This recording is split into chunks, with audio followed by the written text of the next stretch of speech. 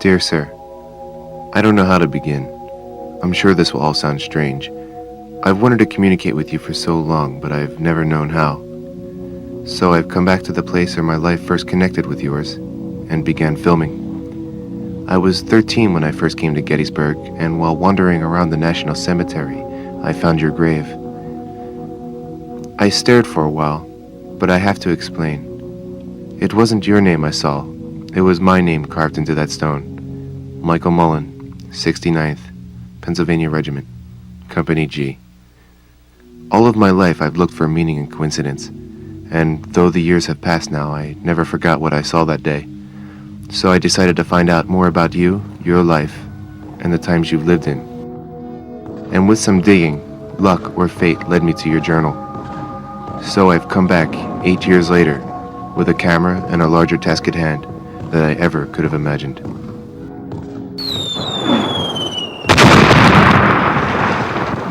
May 26th, 1862. The day makes a year since I've joined as a soldier, and the strange bustling and whispers about the camp point to tomorrow as bringing my first action in the field. So I've taken some of my $13 pay and bought this little book to write in, with the hope of leaving some record of my small experience of this big war, should I die before it runs its course.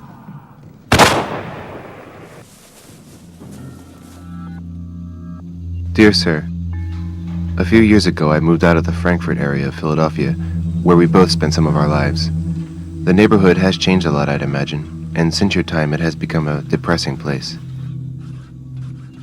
But right there on Griscom Street is a Grand Army of the Republic Museum. This place has been the headquarters of my research, and it is here that I found your journal, buried among the fragments of the everyday lives of soldiers that have been stored in attics and picked off of battlefields. It is here that I page through documents and flip through books. I find pieces, dig for clues, and wonder. I wonder where I connect, create, and consider. I keep no journal. I can't control the clamor of my own consciousness. I wonder, am I not comfortable? I wonder. Rather, I correspond with you.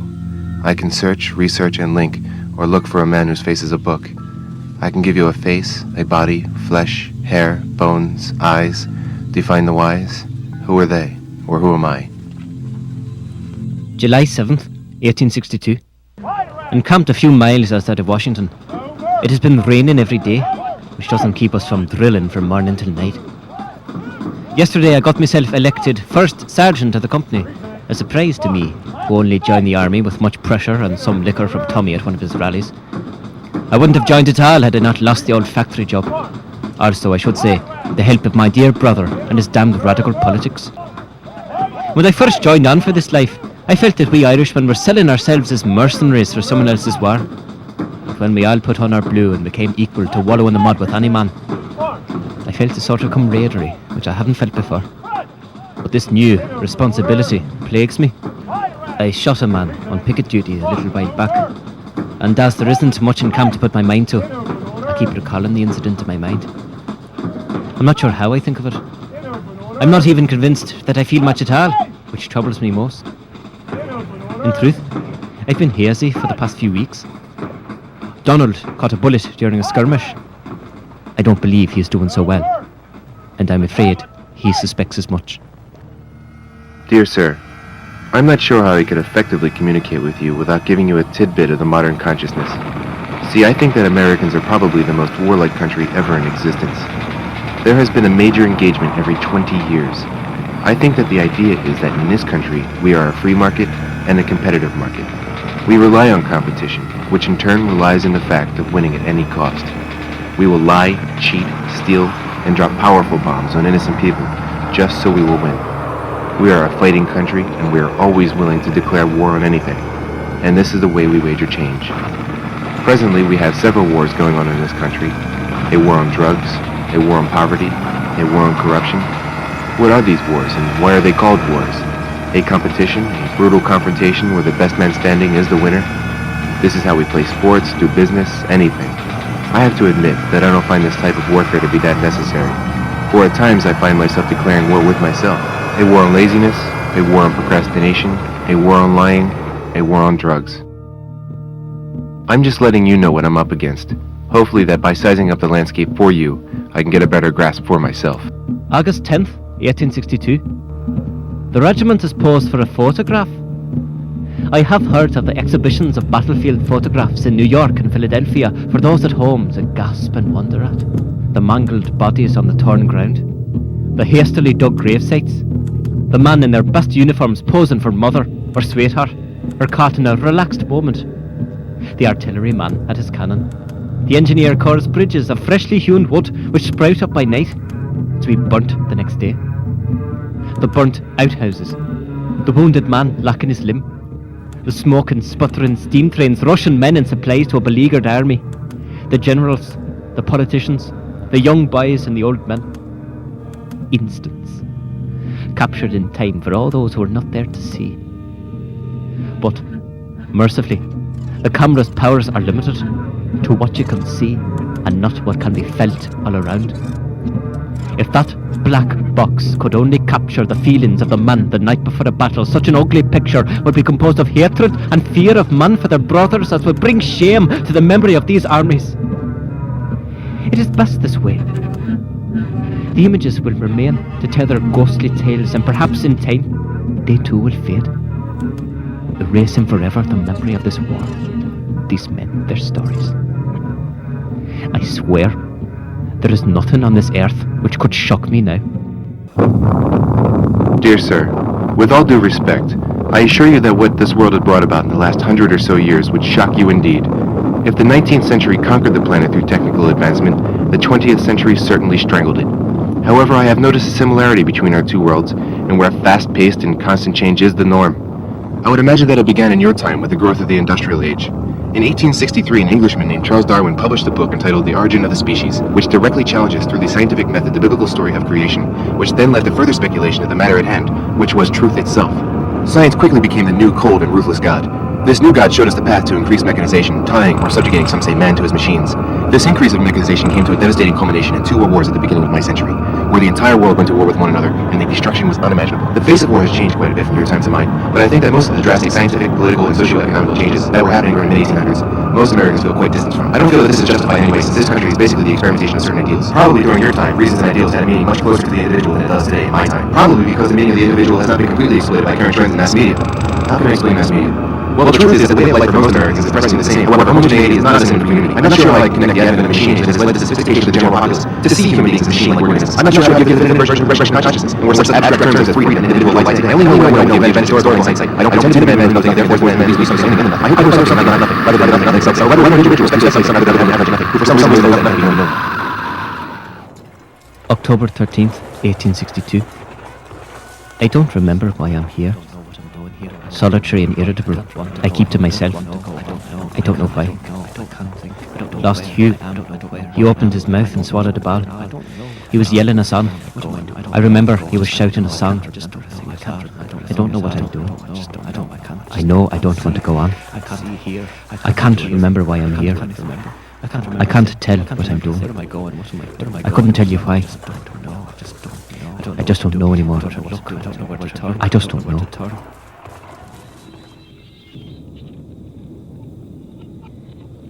Dear sir, I've been thinking that I should take a step back. What is it that I have been missing? Do I overanalyze? I feel small and insignificant, distracted and severed in this strange and complicated world. I am not at ease with the sounds of my own thoughts.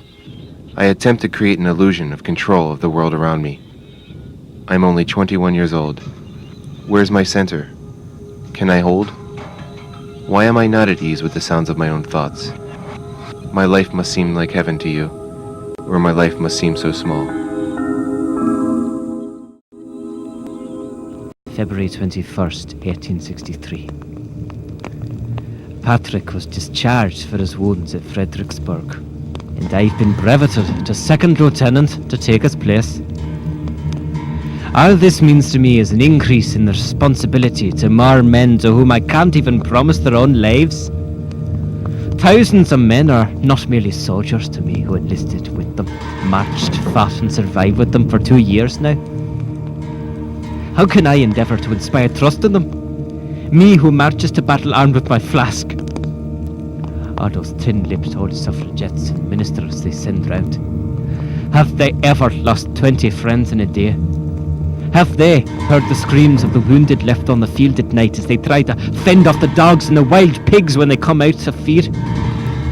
Who wants clarity of mind when this is all the company one's thoughts will afford? What use is it at all? How can I face my men? I've nothing to give. No answers for their questions, only questions of my own. I feel God has abandoned us to our folly. Left us to the mercy of a bloody monster whose life must be fed by our own. And the more he is fed, the more he demands. More blood, more men. There is no end to this. There never will be an end. But there will be an end. And when it comes, who will be the victor? The one left in the field, still alive to recall the memory of lost friends? Or will the true victor be the one who will die the youthful hero? Never to know old age and senility, never forgotten, never defeated, only fallen for a cause.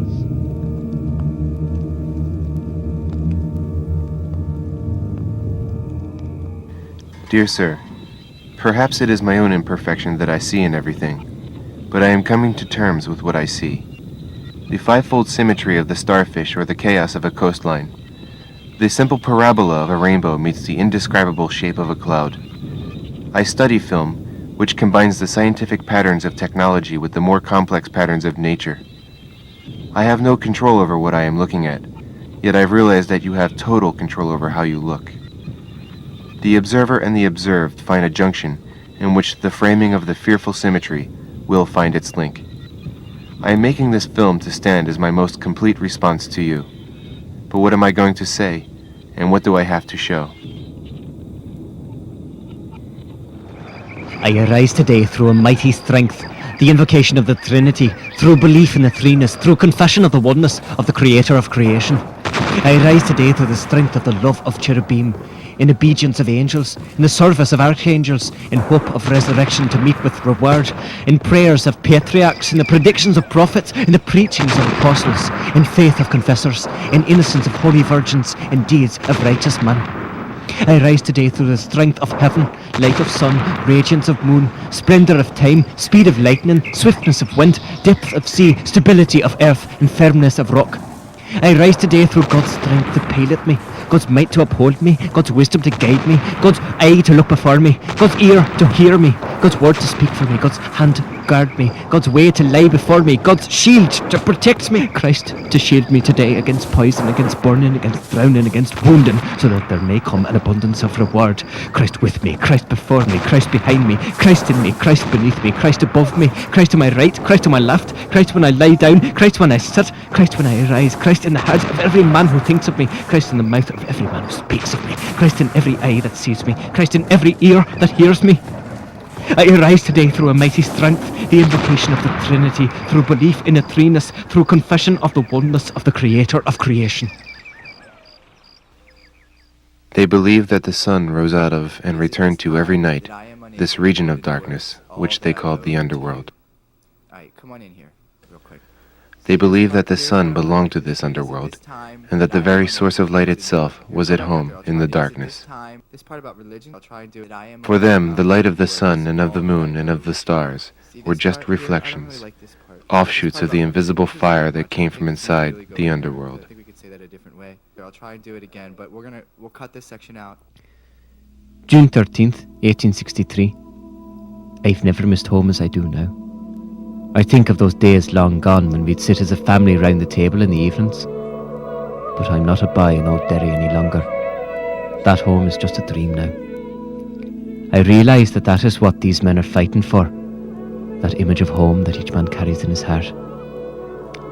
I want nothing more than to have a home for myself, to end my period of exile here. I'll build up a small farm, just enough for me and my family, because I want a family. I want someone to go home to wait for me in the evenings, to raise sons with, to spend an autumn afternoon with, when the sun falls through the windows and life seems eternal. I want, when the time comes, for someone to mourn for me gone. These thoughts stir in my heart. But somehow I feel I'm not meant for these peaceful scenes, and perhaps it's best that it be me, who has little to bind me to this world, to be laid on the altar. But I know that a man's fears the night before the battle will beat him more surely than the enemy's fire. Yet I can feel the burning lead and cold chills of death greater now than ever before, and I need to keep telling myself that I'll do what I must when the time comes. I suppose that there could be few better fates for such a lost and disbelieving soul as mine. Perhaps after this brutal life is past, I will win a place among the better thoughts of man. It occurs to me that what I have never understood is that all anyone so unfortunate as to be born into this sad and lovely world can hope for is to be of some use for good. My only prayer is that if this must be my fate, let me face it bravely. This is all that I can ask.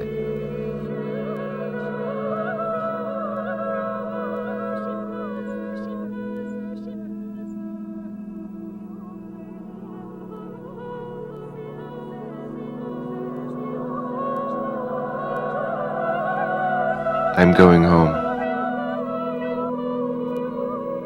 If it means to be cold, then I'll take it, just as long as it means that I can be here. If it means to be far, by whatever means I'll go all that way, just to be near the far.